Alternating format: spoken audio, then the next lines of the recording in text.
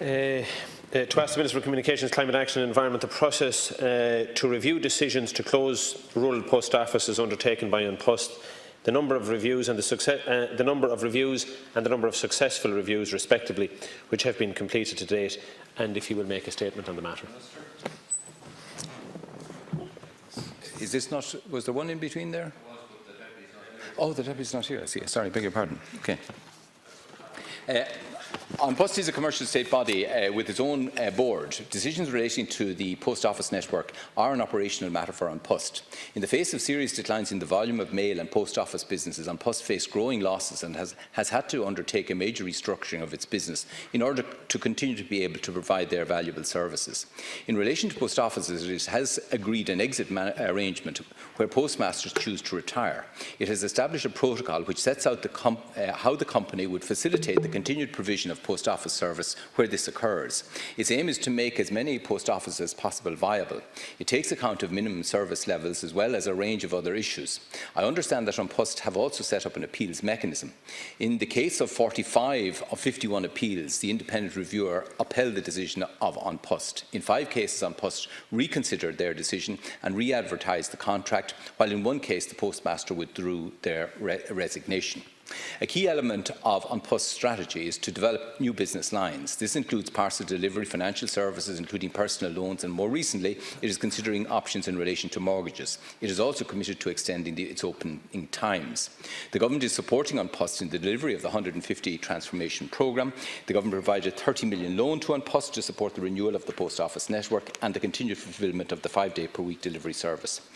Government funding has also been allocated to a new digital assist scheme which has been piloted in 10 post offices, where post offices are kitted out to help citizens engage with the government services online. We're also looking at the option to deliver government services to those citizens who don't want to use or are unable to use services online. The findings of this work may be of use to An Post in the longer term. An Post continues to experience very significant declines in both mail volumes and its traditional retail business, but yet has managed to significantly strengthen the financial performance of the company and maintain a network of 960 post offices and 1,600 post points. Thanks very much, Ceann Comhairle. Minister, I'm familiar with quite a number of community groups right around the country, including in my own constituency, where communities came together in the aftermath of the proposal to close a significant number of post offices. Of course, there were some for whom the business and the level of transactions were gone so low that some communities accepted that it wasn't possible to retain those. But in many cases, there was strong community representation and there was strong community support to retain the services. And the concern that I have is that there doesn't seem to have been an independent appraisal of the documentation or the proposals that were made, because very clearly there are some communities who have demonstrated that their numbers and that the criteria that was set out by An Post in the first instance was clearly met, that the contracts should have been re-advertised, the demand was there, the desire was there, the numbers were there, but unfortunately this so-called independent committee didn't find in favour of the communities. There's a question mark how a review group can actually be independent when they were effectively appointed by An Post in the first instance. So I think it would have been appropriate for the department to have appointed an independent mechanism rather than rely on An Post. An Post is independent in its operation, so it is appropriate that the independent operator would appoint an appeal group. Now, they set out the criteria that they used, and I think, as I indicated in the reply, out of the 51-6 resulted in a reversal of the decision. There have been cases where a case has been made and the decision has been reconsidered. I also know that in a significant number of cases, some of the services have been allocated to other retailers in the area. I think there's 22 areas where a post point was introduced or upgraded to ensure that some post office services were maintained in an area. So An Post has been trying to respond as flexibly as it can, but I suppose the backdrop to this remains the difficulty that the decline in volumes this year of both retail and its mail business are very significant. I think close to 8% decline. So it is facing a difficult environment in maintaining a service. That's why diversification is so important for the continued success of its network. Yeah, thanks very much, Minister.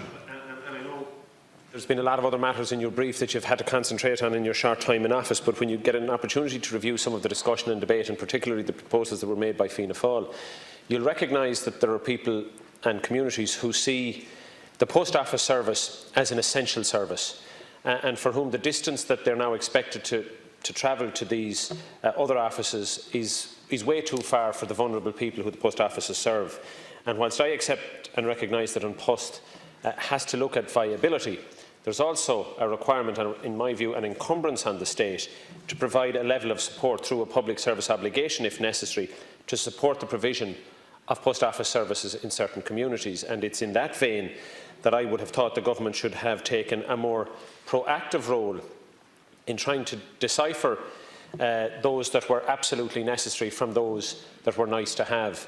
And I think, Minister, when you read yourself into this brief in a more fulsome way, you will come to the realisation that vast tracts of dispersed rural population require a service, albeit that it's not commercially viable, but should be given the support of the state. There are plenty of other services in this state, whilst not financially viable, but they're important aspects or facets of the community, and therefore deserve the protection and support of the taxpayer. Minister, to conclude. I don't think any government, either of your own government or of any other government, has chosen to operate the post office network as a state subsidised scheme. It has also always been part of An Post's commercial business. Now, no doubt, if you move down that road, it will be a question of tendering, identifying the service, tendering it out to public by way of public tender.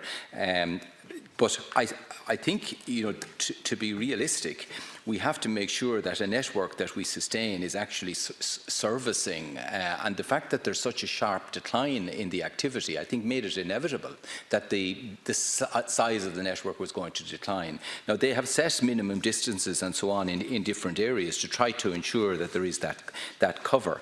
But I suppose the question you just asked is about communication networks of the future, and it is very much about where do we put our scarce euro? Is it to ensure that there are a lot of networks that future-proof rural areas from some of the challenges as well?